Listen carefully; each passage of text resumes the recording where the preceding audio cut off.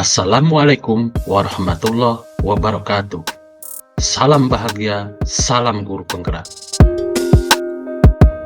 Perkenalkan, saya Asep Ndet, SPD, calon guru penggerak angkatan 6 dari Kota Banjar, Jawa Barat, dengan fasilitator Ibu Siti Hamidah, SPD, MPD, dan pengajar praktik Ibu Pupu Masito, SPD. Pada kesempatan ini, saya akan memaparkan koneksi antar materi modul 1.2. Dalam pemaparan kali ini, saya akan menggunakan model refleksi 4P, yaitu peristiwa, perasaan, pembelajaran, dan penerapan. Setelah saya menjalani pembelajaran dari modul 1.1 hingga modul 1.2 ini, berikut adalah hal yang menjadi pembelajaran bagi saya.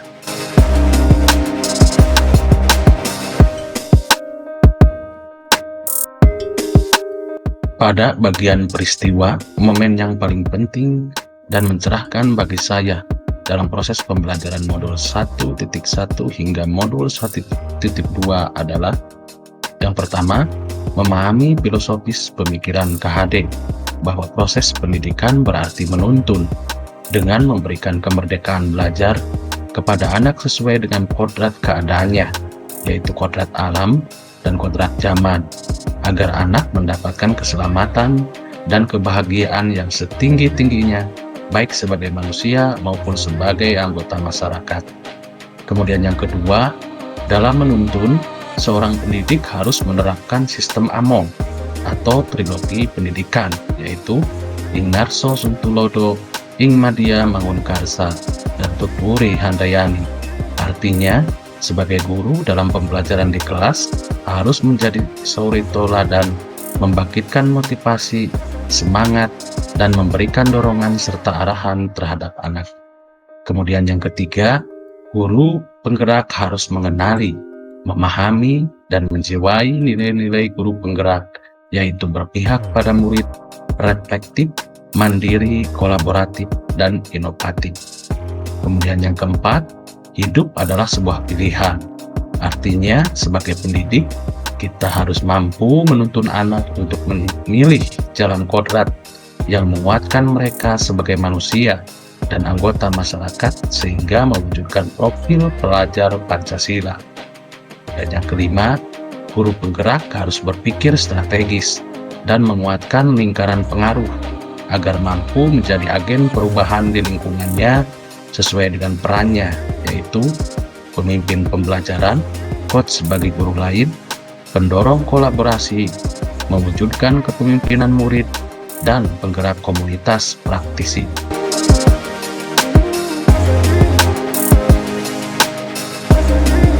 Sedangkan momen yang paling menantang selama mempelajari modul 1.1 dan 1.2 yaitu: yang pertama, saat melaksanakan atau mengaplikasikan pemikiran Ki Hajar Dewantara di sekolah. Kemudian yang kedua, mengerjakan setiap tugas modul dengan adanya batas waktu, sehingga butuh pikiran dan tenaga ekstra. Juga pembagian waktu yang tepat antara tugas keseharian dan tugas calon guru penggerak.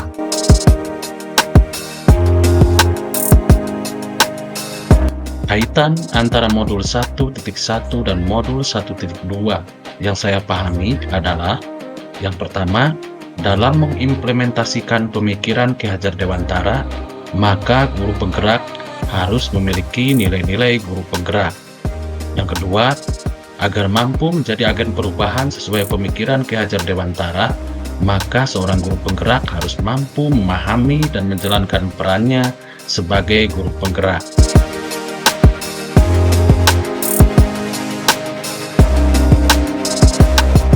Adapun perasaan saya saat momen itu terjadi, saya merasa seperti bagaikan seorang insan yang berada di ruangan gelap. Saya berusaha mencari cahaya untuk menerangi kegelapan. Cahaya ibaratkan ilmu dan pengalaman berharga yang didapat dari perjuangan saya dalam mengikuti pelatihan calon guru penggerak ini. Saya merasa bersyukur, senang, dan percaya atas apa yang saya lakukan. Dengan mengikuti pelatihan ini dapat menjadi pencerahan dalam menjalankan tugas sebagai seorang pendidik. Saya sadar bahwa saya masih perlu banyak belajar dan ada yang perlu dibenahi dalam cara pandang saya terhadap murid selama ini.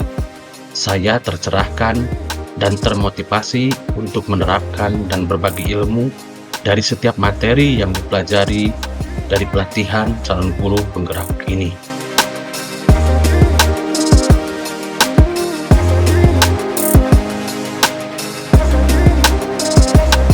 Kemudian, apa pembelajaran yang bisa saya ambil? Sebelum momen tersebut terjadi, saya berpikir bahwa guru adalah pusat pembelajaran. Saya yakin bahwa kegiatan pembelajaran adalah milik saya. Pembelajaran akan berhasil jika semua prosesnya saya yang menentukan, tanpa memperhatikan apa keinginan anak, sehingga anak cenderung pasif, tidak menikmati proses belajarnya, dan cenderung tertekan. Kemudian yang kedua, mengukur aspek kognitif. Saya yakin bahwa pembelajaran dikatakan berhasil jika siswa mampu menjawab sejumlah soal tanpa memperhatikan aspek sikap dan keterampilan anak. Kemudian yang ketiga, anak bagaikan kertas kosong. Saya yakin dan berasumsi bahwa saya berkuasa sepenuhnya. Saya bebas melakukan apa saja, padahal anak dilahirkan membawa bakat dan potensinya masing-masing. Kemudian yang keempat, fokus pada KKM. Saya mengharuskan semua siswa untuk menguasai semua mata pelajaran minimal mencapai KKM yang ditetapkan, dengan mengesampingkan refleksi untuk mengukur sejauh mana keberhasilan proses pembelajaran. Kemudian yang kelima, perintah dan hukuman. Saya yakin bahwa perintah dan hukuman merupakan solusi terbaik ketika menemui permasalahan dalam pembelajaran dan untuk pendisiplinan siswa. Tanpa memikirkan penyebab terjadinya masalah, keinginan cara anak untuk belajar, dan kurang dekatnya dengan anak secara emosional. Sekarang saya berpikir bahwa saya harus mampu, yang pertama, menjadi pemimpin pembelajaran yang berpihak pada murid. Kemudian yang kedua, menjadi mentor atau coach bagi guru yang lain. Kemudian yang ketiga, mewujudkan kepemimpinan murid. Kemudian yang keempat, mendorong kolaborasi. Dan yang kelima, menggerakkan komunitas praktisi.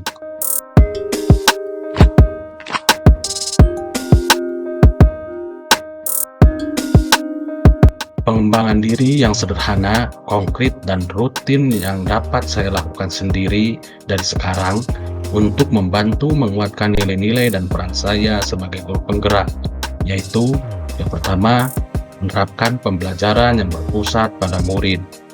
Kemudian yang kedua, menggunakan metode dan media yang menarik, juga menyenangkan dalam pembelajaran. Kemudian yang ketiga, menuntun murid dengan bersikap among atau sesuai dengan trilogi pendidikan. Kemudian yang keempat, berkolaborasi dengan teman sejawat, komunitas praktisi, dan pihak lain yang berkepentingan. Kemudian yang kelima, melakukan refleksi atas apa yang saya lakukan sehingga terjadi perubahan positif. Kemudian yang keenam, mengelola dan memodifikasi akun medsos untuk kepentingan belajar murid. Kemudian yang ketujuh, mengikuti pelatihan dan belajar secara mandiri, baik secara luring maupun daring. Demikian pemaparan dari saya. Salam bahagia, salam guru penggerak. Assalamualaikum warahmatullahi wabarakatuh.